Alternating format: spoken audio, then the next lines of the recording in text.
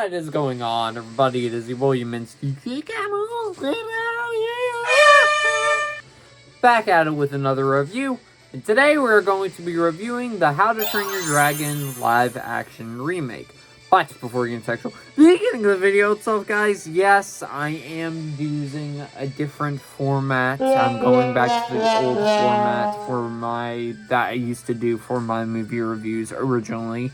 Because sadly, VN Editor does not want to work and does not want to make my green screen work at all and have a nice little background of How to Train Your Dragon for the freaking video. So yeah, there's that. So probably expect this format for my next movie reviews until I find a app that gives me the ability to have a green screen in my video, or to have VN Editor get fixed, or either get a new green screen. That might be the issue. I don't know.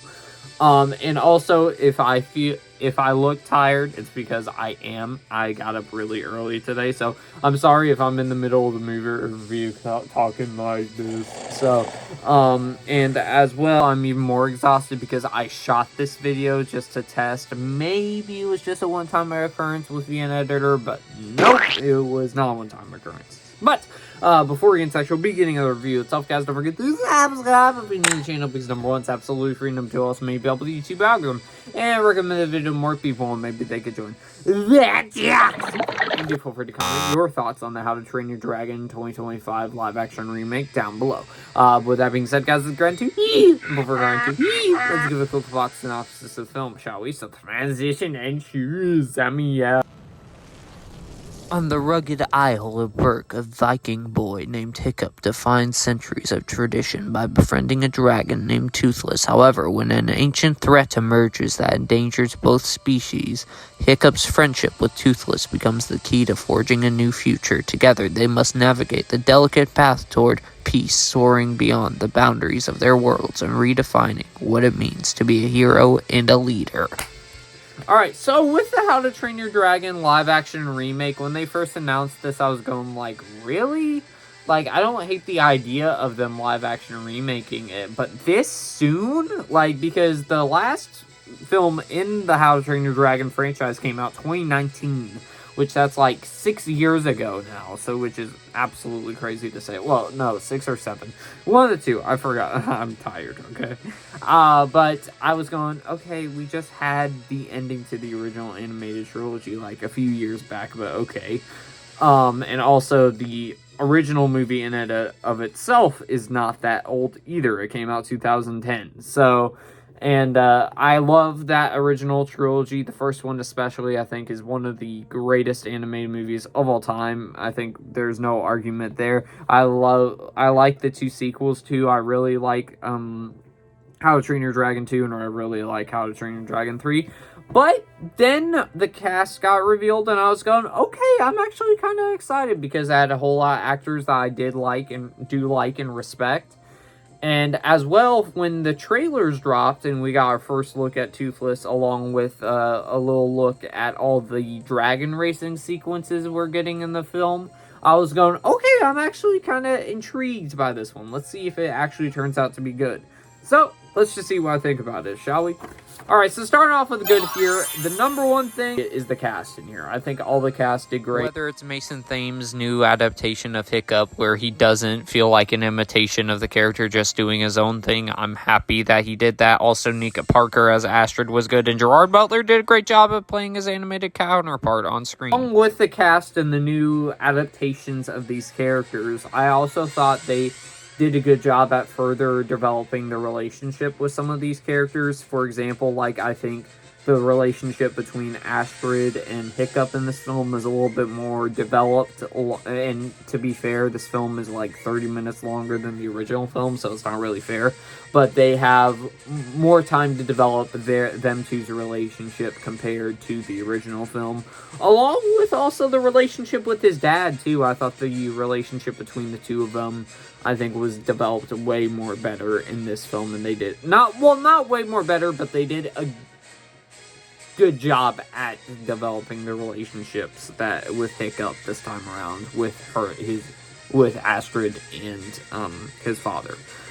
As well, I think the newer scenes in here that you do get, as well. So you've seen, so in the newest scenes that you have added in here, I'm not going to give away Too much, but there's some new sequences that involve some of the training or whatever that I thought were actually really well done, and I liked the new addition to that in this film, so I enjoyed it. I thought that the CGI for all the dragons looked really good in this film, and all like, for example, when the dragon riding sequences happen that we see in the trailers in this film, I think they look quite fluent. I don't think the CGI looks bad at all, and when the dragons are fully in motion, I think it looks really, really good throughout the whole entire film, and they did a good job at that. And it mind blows me, by the way, that this was made cheaper than the original film. That, like, surprises the crap out of me, because the original animated film, classic. The music in here, of course, is great. Well, and to be fair, it's the same exact music as the original film, so that's kind of... it's the same music from the original film, but they just, like, add like, a newer sort of version of it in this film, which I think they do a good job of revamping it, but still, it's basically the original theme song from the original animated movie. The added humor in here I thought was pretty funny. I had a couple chuckles in the theater, actually, at the humor in this film, so they did pretty good with that. And then the final positive I have to talk about in here, and probably the number one thing besides the cast to see this movie for, is Dragon sequences. I think it's the best experience to see this in the theater, because when you see them on, like, Dolby, for example, what I saw it in, I thought it looked great on screen, and I don't think it's going to have the same effect at home. So that is the good done. Now let's move on to the mixed aspects of the film, shall we? So the parts I'm 50-50 on. And the first big mixed aspect I have of this film is the shot-for-shot moments. Most of this film is basically just a shot-for-shot remake, but in live-action form. So, like, the real question is, like, could they have added more new stuff, or are they just keeping it the same? Like, I don't know. I think some of the moments from the animated movie are, like, vital to keep in here. For example, Hiccup and Toothless's first reaction, then the whole entire thing with him eating the fish too. So, like, those moments I understand are definitely needed for this film. However, still wish they kind of added some more new stuff in there. Final mixed aspect of the film I have in here is the pacing. I would say overall as a whole, this is probably mixed positive. The pacing was not that bad for me. I thought they evenly paced it out throughout most of the film, where I think the majority of the fast-paced moments did a good job at a point. The majority of the fast-paced moments did a good job at slowing down and going to a more abrupt stop and chilling for a second, and I'm glad that it did that. However, there are some scenes where I feel like the slowness is a little bit too slow, if that makes sense. So that's the mix done. Now let's move on to the bad parts about this film. And I only really have two. The big one, probably the biggest negative of this movie, even though I really enjoyed this film, this should not exist, because, yeah, the original trilogy especially is still quite fresh in the minds of people, as I said before, where they came out, the last one came out in 2019, so having a remake of the original film come out, like, a few years after the last one, it just was odd to me. The final bad I have in here is just the green screen. Which, kind of unfair of me to say, because my green screen isn't the best throughout my movie reviews, and it's glitching out on me right now. But the green screen in this film, I think there's a lot of shots where you can just tell it's green screen, and it doesn't look good in the film compared to, like, the dragons in the film. I'm sorry if I said like a lot of times. I apologize if that happened, because I think I did just say that a couple of times. But yes, that is my review of the How to Train Your Dragon 2025 live action remake. Now, with that being said, let's bring out the Toxic Nita. And I'm going to give this a not toxic and a toxic goodness and an A-. As for someone that's not the biggest fan of these live-action remakes in general that Disney does, as for DreamWorks' first, probably of many DreamWorks live-action remakes, I thought this was actually a really, really good start.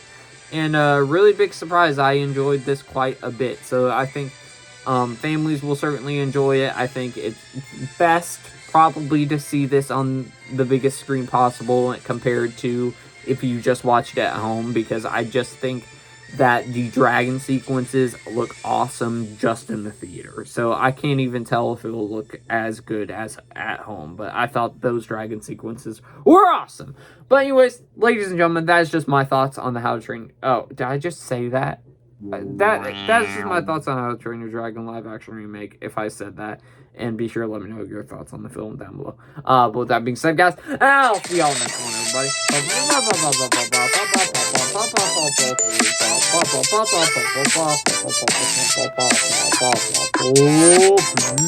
out.